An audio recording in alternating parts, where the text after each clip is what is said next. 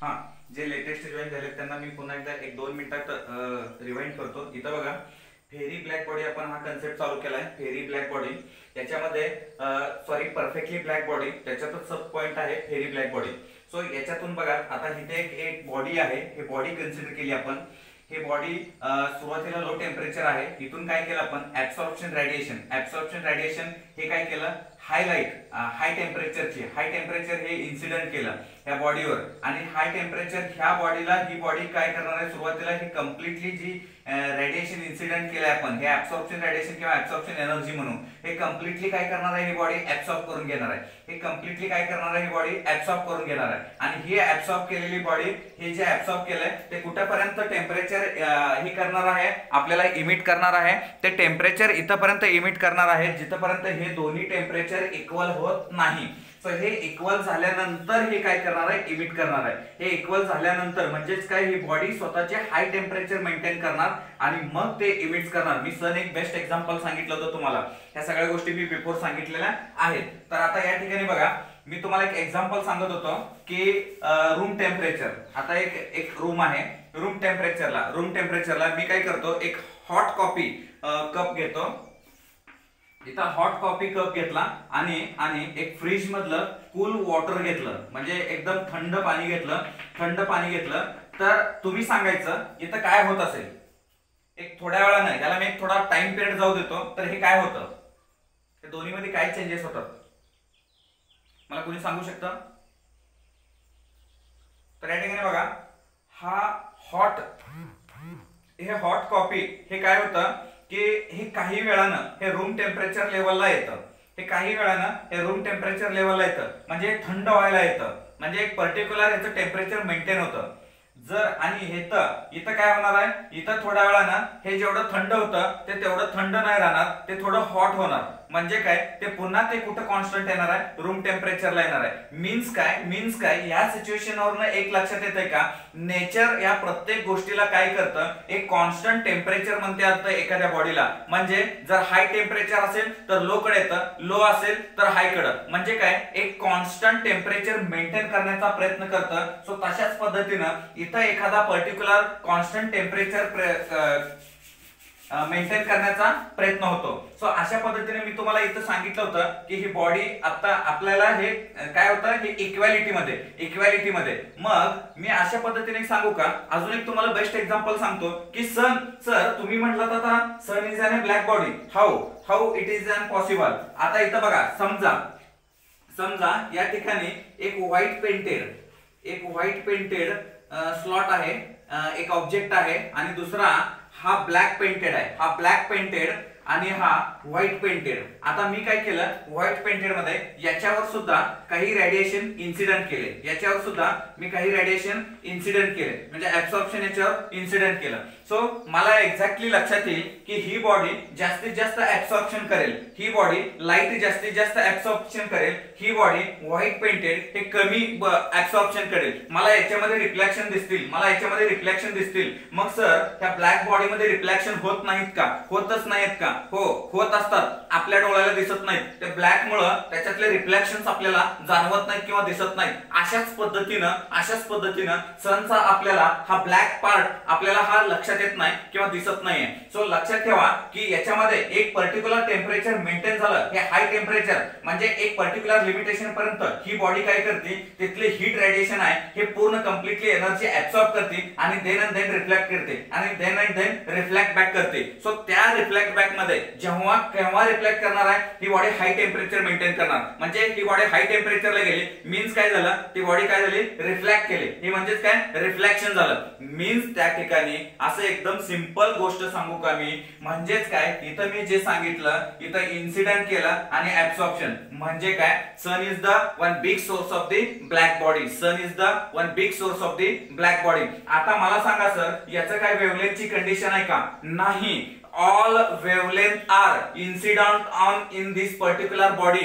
प्रत्येक टाइपचं आपण वेवलेंथ त्याच्यामध्ये ऍब्सॉर्प्शन मध्ये यूज करू शकतो, इन्सिडेंट करू शकतो. मग ते प्रत्येक टाइपचा इमिट्स होतो का? हो हो. All type of wavelength are also emits. इथं नो एनी कंडिशन, इथं कुठल्याही प्रकारची कंडिशन नाही. सगळ्या प्रकारचे वेवलेंथ हे ऍब्सॉर्प्शन मध्ये येतात. मग सर आम्हाला सांगत आता absorption a equal to actually असं म्हणू का, जी 100% दॅट रेडिएशन 100% ऍब्सॉर्प्शन रेडिएशन और ऍब्सॉर्प्शन एनर्जी टोटली ऍब्सॉर्ब, म्हणजे सिंपल असं म्हणतो की जे इन्सिडेंट रेडिएशन आहे ते 100% काय केली जाते, ऍब्सॉर्ब केली जाते. मीन्स ऑब्झर्प्शन इक्वल टू, मी तुम्हाला सांगितलं होतं QA अपॉन Q मीन्स काय, absorption radiation divide by total incident radiation that is called as a this radiation is 100% absorb. पण ऍक्च्युअली काय असतं की कुठलीही ब्लॅक बॉडी 100% ऍब्सॉर्ब करत नसते. सो कमीत कमी 97, 98, 99 पर्यंत ती बॉडी ऍब्सॉर्ब करते. सो नेचर मध्ये असे काही एक्झाम्पल्स आहेत की अशा पद्धतीनं ही बॉडी ऍब्सॉर्ब करण्यासाठी मी पुन्हा एकदा सांगतो की जी अशी एक बॉडी जी 100% हे ऍब्सॉर्प्शन रेडिएशन हे ऍब्सॉर्ब करून घेतं किंवा ऍब्सॉर्प्शन एनर्जी हे ऍब्सॉर्ब करून घेते. मीन्स मी असं म्हणू का, हे जे रेडिएशन आहे हे इन्सिडेंट रेडिएशन हे टोटली 100% ऍब्सॉर्ब करून घेते. यालाच आपण परफेक्टली ब्लॅक बॉडी असं म्हणू. मग याला कुठल्या टाइपची वेवलेंथ आपण यूज करतो? All type of wavelength are emits. All type of wavelength are here will be emits. म्हणजे प्रत्येक टाइपचे इथं वेवलेंथ आपण काय करतो, इमिट करतो. सो देन मी या ठिकाणी सांगू का बघा आता तुम्हाला. सो परफेक्टली ब्लॅक बॉडीला मी इथं ऑलरेडी सांगितलं A equal to QA upon Q that is called as 100% absorb. पण ईच अँड एव्हरी बॉडी मी रिपीटेशन करतोय मधून each and every body not possible to 100% work that is called as 97, 98, 99 पर्यंत ते absorb करून घेतं आणि त्याच्यानंतरच्या थोडा पार्ट हा टेम्परेचर मेंटेन झाला की काय करतो, ती बॉडी इमिट्स करते. सो या ठिकाणी आपण लॅम्प ब्लॅक हा कन्सेप्ट इथं मी पॉइंट लिहिलेला आहे. लॅम्प ब्लॅक मी इकडे येतोय. सो त्याच्या आधी लॅम्प ब्लॅक म्हणजे काय, आपल्या घरामध्ये खेडेगावातले जर काही जण असतील तर आपल्या घरामध्ये दिवा लावला जातो आणि ज्यांच्या घरी चूल आहे, अजून पण चूल चालते, तर तिथं बघा असं धूर निघालेला असतो, धूर भरपूर. तर तिथं पूर्ण असं काळं झालेलं असतं. तुम्ही लॅम्प ब्लॅक मध्ये सुद्धा त्या दिव्यामध्ये सुद्धा बघितलं असेल, त्याच्या कडनी काळं झालेलं असतं. त्याला म्हणतो आपण काजळी. त्याला मराठीतून काय म्हणतो, काजळी येणं असं म्हणतो. म्हणजे ते काळा पार्ट तिथं तयार झालेलं असतं, त्यालाच आपण लॅम्प ब्लॅक असं म्हणता येईल. त्याच्यातला जो काळा पार्ट आहे that is called as one perfectly black body. ते एक परफेक्टली ब्लॅक बॉडी आहे. ते काय, ते टोटली रेडिएशन जे आहे ते काय करतात, ते ऍब्सॉर्ब करून घेतात. म्हणजे काय, या ठिकाणी मी पुन्हा एकदा सांगतो की आपण त्या ठिकाणी कुठला यूज केला. मी तुम्हाला एक्झाम्पल सांगितलं लॅम्प ब्लॅकचा किंवा प्लॅटिनम ब्लॅक. हे काय करतं, 97% हे काय करतं, ऍब्सॉर्ब करून घेतं. सो आता या ठिकाणी याच टाइपचं एक एक्झाम्पल मी सांगतो. याला एक पर्टिक्युलर शेप देऊन आपण या टाइपचं एक्झाम्पल पाहूया त्या ठिकाणी. सो त्यालाच आपण फेरी ब्लॅक बॉडी असं म्हणतो. फेरी ब्लॅक बॉडी हा क्वेश्चन, हा परफेक्टली ब्लॅक बॉडी किंवा Ferry black body I don't know, पण हा बोर्डाला खूप आवडीचा क्वेश्चन आहे. मी गॅरंटी देतो की खूप आवडीचा क्वेश्चन आहे. हा 3 मार्कासाठी खूप महत्वाचा क्वेश्चन आहे. हा 3 मार्कासाठी महाराष्ट्र स्टेट बोर्डाच्या बोर्ड एक्झाम मध्ये हा 3 मार्कासाठी खूप महत्वाचा आहे. पाठीमागच्या एक्झाम मध्ये खूप वेळा हा क्वेश्चन विचारला गेलेला आहे. तर आता बघा फेरी ब्लॅक बॉडीचं ऍक्च्युअली अरेंजमेंट काय आहे, या ठिकाणी बघा हे जे कंप्लीट आहे हे डबल वॉलड आहे. बघा हे डबल वॉलड आहे. हे जे आहे ते फेरी ब्लॅक बॉडी आहे, एक ब्लॅक बॉडी आहे, ही डबल वॉलड आहे. सो हे डबल वॉलड जे सरफेस आहे ते सिल्वर सरफेस आहे. याला इमॅजिनेशन कुठलं करायचं सांगतो मी. ते थर्मस बॉटल नसते का, थर्मस बॉटल काय काम करतं की आत जर आपण थंड ठेवलं तर ते दिवसभर थंड राहतं आणि गरम असेल तर दिवसभर गरम होतं. म्हणजे काय, त्याच्यामध्ये जे पर्टिक्युलर हे जो गॅप दिलेला असतो, तो जो स्पेस दिलेला असतो, हे अशा पद्धतीने ते डबल वॉलड अशा पद्धतीने असतं. हे सरफेस पॉलिश सिल्वर आहे, हे बाहेरचा आउटर सरफेस.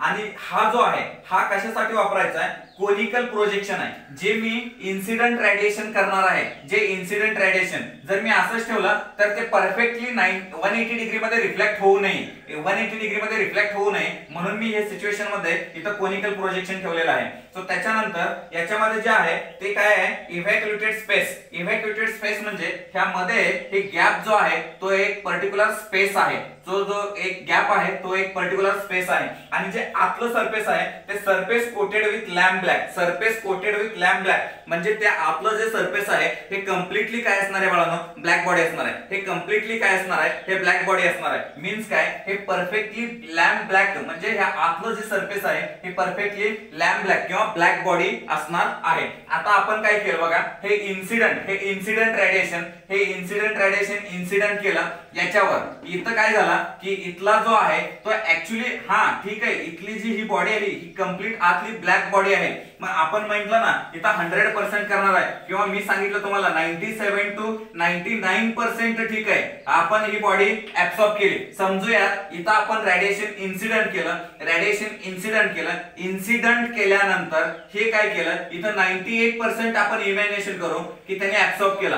2% जे राहिलं ते 2% हे काय केलं, रिफ्लेक्ट केला. 2% रिफ्लेक्ट केला पण तो याच्या बाहेर जाणार नाही, हे खूप स्मॉल आहे. ह्याला एपरेचर म्हणजे काय, हे जो गॅप आहे तो खूप छोटा आहे, खूप स्मॉल आहे. सो त्याच्यामुळे त्याला आपण एपरेचर असं म्हटलं. सो तो इथं इन्सिडेंट झाला, पुन्हा त्या 2% चा 98% पुन्हा ऍब्सॉर्ब झाला, पुन्हा तो राहिलेली एनर्जी अशा पद्धतीनं हे इथल्या इथं हे कम्प्लिटली ऍब्सॉर्प्शन झालं. इथल्या इथं हे कम्प्लिटली ऍब्सॉर्प्शन झालं. जर समजा याचं एका पर्टिक्युलर एनर्जी पर्यंत किंवा पर्टिक्युलर रेंज पर्यंत हिट झालं, म्हणजे एक पर्टिक्युलर रेंज पर्यंत याचं जे आउटर मोस्ट आणि इनर मोस्ट जे हिट आहे जर ते इक्वॅलिटी मध्ये आलं तर मग ह्याच्यामधूनच काय होईल, ह्याच्यामधून रेडिएशन इमिट्स होईल. याच्यामधून हे जे रेडिएशन आहे हे इमिट्स होईल, म्हणजे एवढ्याशा स्मॉलच्या एपरेचर मधून हे पुन्हा रेडिएशन इमिट्स होईल. मग आपल्याला हे लक्षातच येणार नाही की हातली ब्लॅक बॉडी ही बॉडी काय होती, ब्लॅक होती.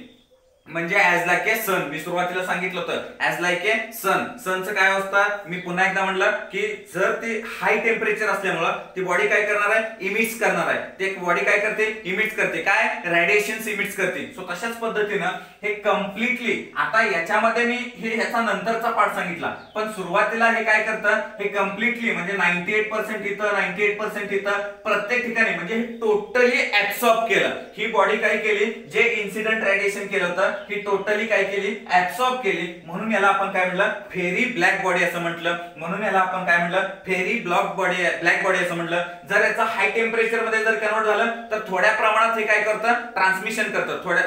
ट्रान्समिशन नाही, रिफ्लेक्शन. सो थोड्या प्रमाणात हे काय करतं, रिफ्लेक्शनला चालू करतं. जसं इथं या ठिकाणी केलं होतं की काही प्रमाणात त्याचा हाय टेम्परेचर मेंटेन झाल्यानंतर इथलं टेम्परेचर आणि इथलं टेम्परेचर मेंटेन झालं की टोटली ऍब्सॉर्ब करून झाल्यानंतर एक पर्टिक्युलर सिच्युएशन नंतर हे काय करतं, इमिटन्स करतं. म्हणजे काय, ते इमिट्स करायला चालू करतं. अशाच पद्धतीने हे नंतर वर्किंग करायला हवे. पण सुरुवातीला याचं काय डोक्यात ठेवायचं आहे की हे Ferry black body that is called as a 100% absorb the radiant energy और a incident radiant energy. So त्यालाच आपण थर्मल एनर्जी असं पण म्हणू. आणि हे कंपल्सरी लक्षात ठेवा की हे जे आतलं आहे ते सरफेस कोटेड विथ काय आहे, लॅम्प ब्लॅक. लॅम्प ब्लॅक म्हणजे काजळी येणे किंवा काळा पार्ट आतून आपण स्पेस मध्ये घेतलेला आहे. जसं की आपण दिव्याच्या कडेला जो काळा पार्ट तयार होतो त्याला काजळी असं म्हणतो. सो त्या पद्धतीचा आपण ह्या ठिकाणी यूज केला जातोय.